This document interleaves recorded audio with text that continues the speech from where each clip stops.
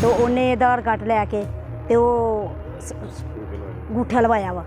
साडा गया वा 68,001 ते 20,001। लगातार ही ऑनलाइन ठगी ਦੇ ਮਾਮਲੇ ਵਧਦੇ ਜਾ ਰਹੇ ਨੇ। ਤਾਜ਼ਾ ਮਾਮਲਾ ਬਟਾਲਾ ਤੋਂ ਹੈ, ਜਿੱਥੇ ਕਿ ਬਟਾਲਾ ਦੇ ਇੱਕ ਇਲਾਕੇ 'ਚ ਨੌਜਵਾਨ ਵੱਲੋਂ ਆਧਾਰ ਕਾਰਡ ਅਪਡੇਟ ਕਰਨ ਅਤੇ ਨਵੀਂ ਮੋਬਾਈਲ ਸਿਮ ਦੇਣ ਦੇ ਨਾਂ ਹੇਠ ਆਪਣੇ ਹੀ ਗੁਆਂਢੀਆਂ ਦੇ ਨਾਲ ਕਰੀਬ 3 ਲੱਖ ਰੁਪਏ ਤੋਂ ਵੱਧ ਦੀ ਡਿਜੀਟਲ ਠੱਗੀ ਕੀਤੀ ਗਈ ਹੈ। ਬਟਾਲਾ ਦੀ ਲੇਬਰ ਕਲੋਨੀ 'ਚ ਰਹਿਣ ਵਾਲੀਆਂ ਦੋ ਔਰਤਾਂ ਵੱਲੋਂ ਪੁਲਿਸ 'ਚ ਇੱਕ ਗੁਆਂਢ 'ਚ ਰਹਿੰਦੇ ਨੌਜਵਾਨ ਦੇ ਖਿਲਾਫ ਉਹਨਾਂ ਦੇ ਬੈਂਕ ਖਾਤਿਆਂ 'ਚੋਂ ਠੱਗੀ ਮਾਰ ਪੈਸੇ ਕਢਵਾਉਣ ਦੀ ਸ਼ਿਕਾਇਤ ਦਿੱਤੀ ਗਈ।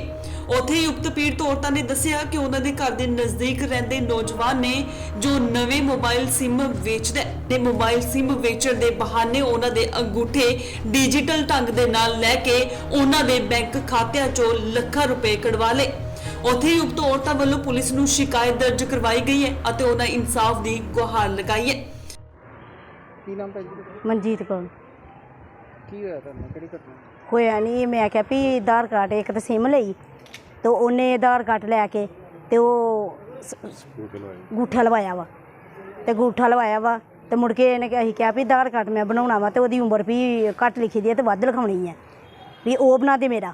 तो वो भी 5-6 बारी आया, अंगूठा नहीं आंटी लगता, अंगूठा नहीं लगता। लवाई भी जाता ही तो लगता नहीं, लवाई भी जाता ही तो लगता नहीं। 6-7 बारी इन्हें अंगूठा लवाया वा। तो फिर इन्हें कहा भी कोई भी तुहानूं पुछे तो कहना अंगूठे नहीं मैं लाए, असीं अंगूठे नहीं लाए। पुलिस वालों भी पुलिस आए तो कहना भी अंगूठे नहीं लाए। कंप्लेंट वगैरह लिखाई? हाँ लिखाती है, बैंक चो ही डिटेल भी कटा लियांदी है। सेल में साडा गया वा 68,001 ते 20,001। ਤੁਹਾਨੂੰ ਪਤਾ ਨਹੀਂ ਲੱਗਦਾ ਜਦੋਂ ਮੈਸੇਜ ਆਉਂਦਾ? मैसेज आउंदा ही मेज ते फोन पे हुंदे ही ते मेज ते जमा कर जांदा ही भी आंढी गुआंढी ते है ही। ਉੱਥੇ ਪੁਲਿਸ ਜਾਂਚ ਅਧਿਕਾਰੀ ਬਲਵਿੰਦਰ ਸਿੰਘ ਨੇ ਦੱਸਿਆ ਕਿ ਇਸ ਮਾਮਲੇ 'ਚ ਗੰਭੀਰਤਾ ਦੇ ਨਾਲ ਜਾਂਚ ਕੀਤੀ ਜਾ ਰਹੀ ਹੈ ਅਤੇ ਜੋ ਤੱਥ ਸਾਹਮਣੇ ਆਉਣਗੇ ਉਸ ਅਨੁਸਾਰ ਬਣਦੀ ਕਾਨੂੰਨੀ ਕਾਰਵਾਈ ਕੀਤੀ ਜਾਵੇਗੀ। ਦਰਖਾਸਤ ਇੱਕ ਮਨਜੀਤ ਕੌਰ ਤੇ ਇੱਕ ਸੰਤੋਸ਼ ਕੁਮਾਰੀ ਲੇਬਰ ਕਲੋਨੀ ਬਟਾਲੇ ਦੇ ਰਹਿਣ ਵਾਲੇ ਆ। ਉਹਨਾਂ ਕੱਲ੍ਹ ਸ਼ਾਮੀ ਇੱਕ ਦਰਖਾਸਤ ਪੇਸ਼ ਕੀਤੀ ਵੀ ਸਾਡੇ ਨਾਲ ਇੱਕ ਫਰਾਡ ਹੋਇਆ।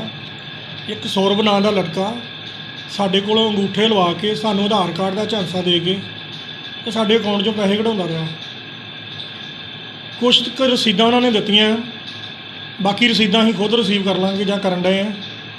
ਸਾਰਾ ਕੁਝ ਅੰਡਰ ਪ੍ਰੋਸੈਸ ਆ, ਸੀਨੀਅਰ ਅਫਸਰਾਂ ਦੇ ਧਿਆਨ 'ਚ ਆ। ਕਿੰਨੇ ਕੁ ਪੈਸੇ ਲਗਾਏ?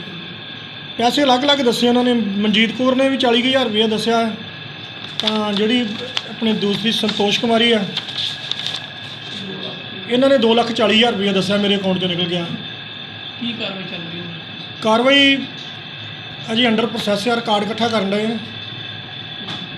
ਬੈਂਕ ਅਕਾਊਂਟ ਵਗੈਰਾ 'ਚ ਉਹਦਾ ਸਾਰਾ ਲੈ ਕੇ ਜੋ ਅਗਲੀ ਕਾਨੂੰਨੀ ਕਾਰਵਾਈ ਹੋਗੀ ਉਹਦੇ ਮੁਤਾਬਕ ਕਾਰਵਾਈ ਕੀਤੀ ਜਾਊਗੀ। ਗੁਰਦਾਸਪੁਰ ਤੋਂ ਜਸਵਿੰਦਰ ਬੇਦੀ, ਇੰਡੋਸ ਟੀਵੀ, ਆਸਟ੍ਰੇਲੀਆ।